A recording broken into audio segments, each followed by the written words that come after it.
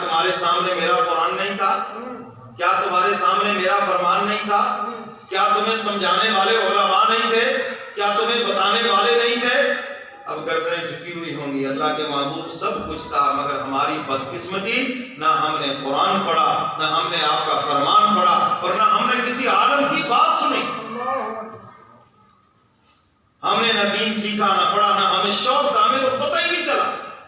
تو میرے محترم سامعین، اور جو آئے گے نا بدعتیں کرنے والے، حضور کے سامنے فرشتے ان کو ہٹائیں گے پیچھے، اور حدیث مبارکہ کے الفاظ ہے کہ حضور فرمائیں گے ان کو آنے دو، وہ ملائکہ عرض کریں گے مولا اللہ کے محبوب آپ کو نہیں علم، انہوں نے آپ کے بعد دین میں کیا کیا کچھ ایجاد کر دیا جو حکم آپ نے نہیں دیا، انہوں نے اپنی مرضی سے وہ کام کیے، نہ وہ آپ کا طریقہ تھا، نہ وہ آپ کی سنت تھی، نہ آپ بتا کے گئے، یہ اپنی مرضی سے اپنا ہی دین بنا کے اس کو دین سمجھ کے لگے رہے۔ حضور کے وہ الفاظ سن لو، سحقن سحقن، حضور فرمائیں گے ان کو پکڑ کے مجھ سے دور کر دو، تیرا کچھ نہیں، ان سے کوئی رشتہ نہیں ہے، دین جو میں نے دے کے گیا ہوں یہ کامل دین ہے، انہوں نے اس کو چھوڑا اور اپنا من کھڑا دین بنا لیا۔ مفتی صاحب جیسے وہ بیان کر رہے تھے تو یہ بیان چھپا ہوا بھی ہے، تو اس کا خلاصہ یہی تھا، آج ہر بندہ اپنا ہی دین بنا کے پھرتا ہے، ہر مسلک والے بھی اپنا ٹریڈ مارک بنا کے پھرتے، 2-3 مسئلے یاد کر رہی ہے بس سارا دین یہی ہے، چلو جی یہی ہماری پہچان ہے، یہی دین ہے، اور ہر بندہ 2-3 مسئلوں کے اوپر عمل کر کے سمجھتا ہے میں اس سارے دین پہ چل رہا ہوں۔ تو میرے محترم سامعین، دین حضور علیہ السلام کی اتباع کا نام ہے۔ 24 گھنٹے کی زندگی کا جائزہ لے لیں کہ ہم کتنی حضور کی اتباع کرتے ہیں اور کتنا ہم اپنی مرضی پہ چلتے ہیں، دودھ کا دودھ اور پانی کا پانی ہو جائے۔ کیا بات، ماشاءاللہ، بس 2 لفظی سی بات ہے۔ 24 گھنٹے کی زندگی ہر بندہ جائزہ لے، کتنے کام حضور کے طریقے پہ کرتا ہوں اور کتنے کام میرے ہندوؤں کے طریقے پر ہیں، کتنے کام عیسائیوں کے طریقے پر ہیں، کتنے کام زمانے کے کلچر کے اوپر ہیں، کتنے کام یہودیوں کے طریقے پر ہیں، تو آپ کو پتہ چل جائے گا کہ حضور کی سنت کے مطابق تو پتہ نہیں کچھ 1-2 کام بھی نکل آئے تو وہ بھی غنیمت کی بات ہے۔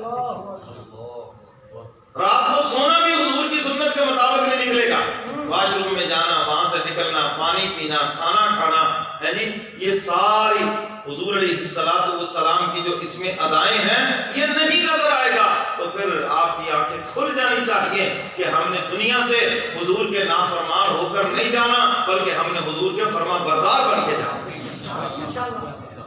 اور یہی اس کا مقصد ہے۔ ورنہ آدھی رات تک آپ کو جگانے کا نہ ہمارا کوئی سیاسی ایجنڈا ہے، نہ ہمارا کوئی اور مقصد ہے، یہی ہے کہ دل میں یہ فکر پیدا ہو جائے کہ ہم دنیا سے جائیں حضور کے سچے امتی بن کے چلیں، حضور کے ہم سچے غلام بن کر چلیں۔ تو میرے محترم سامعین، یہ حضور علیہ السلام کا سامنا ہونا ہے، حوض کوثر پر بھی ہونا ہے، حشر کے میدان میں بھی ہونا ہے، اور جو حضور کی اتباع کر کے جائیں گے حضور خوش ہوں گے، خوش ہوں گے۔ ایک صحابی نے عرض کیا اللہ کے محبوب وہاں تو اتنی امتیں ہوگی، آپ ہمیں کیسے پہچانیں گے؟ حضور علیہ السلام نے فرمایا اللہ نے خاص نشانی مجھے میری امت کی دے دی ہے، اور وہ یہ ہے کہ تمہارے یہ جو وضو کے اعضاء ہیں یہ حشر کے میدان میں ایسے چمکیں گے جیسے 14ویں رات کا چاند چمکتا ہے، اور فرمایا میں اس کو دیکھ کے پہچان لوں گا یہ میرے امتی ہیں، فرشتوں سے کہوں گا پیچھے ہٹ جاؤ، ان کو میرے حوض کوثر پہ آنے دیں۔ اللہ ہم سب کو نصیب کرے۔ اس لیے جو بے نمازی ہیں ان کی خدمت میں بھی گزارش کروں گا، میری مائیں بہنیں بیٹیاں وہ بھی سن لیں، جو بے نمازی ہیں آج سے نمازی بنو، عہد کرو اپنے اندر، جو غفلت میں ہیں غفلت چھوڑیں، اور ہر وقت باوضو رہنے کی کوشش کریں تاکہ ہمارے جسم کے اعضاء چمکیں اور ہماری جو باقی خطائیں ہیں وہ خود ہی دفن ہو جائیں گی۔ اور جب حضور فرما دیں گے حوض کوثر آنے تو میرے امتی ہیں، مہر لگی ہوئی ہے اور ان کے اعضاء چمک رہے ہیں، تو جب حضور اپنے ہاتھوں سے جام کوثر پلا دیں گے حق تعالی یقیناً سبھی معاف،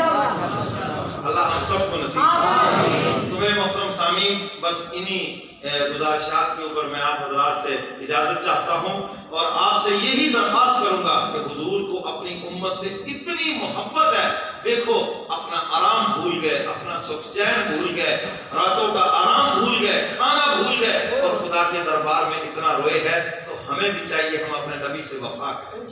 ہمیں بھی چاہیے کہ ہم اپنے نبی کی اتباع کریں، ہمیں بھی چاہیے کہ ہم غیروں کے طریقے چھوڑیں، ہندوؤں کی رسمیں چھوڑیں، زمانے کا کلچر چھوڑیں اور کملی والے پیغمبر کے اسوہ حسنہ کو اپنائیں، حضور کے نمونے کو اپنائیں۔ اللہ مجھے اور آپ کو قرآن و سنت پہ عمل کی توفیق عطا فرمائے۔ وآخر دعوانا الحمدللہ رب العالمین۔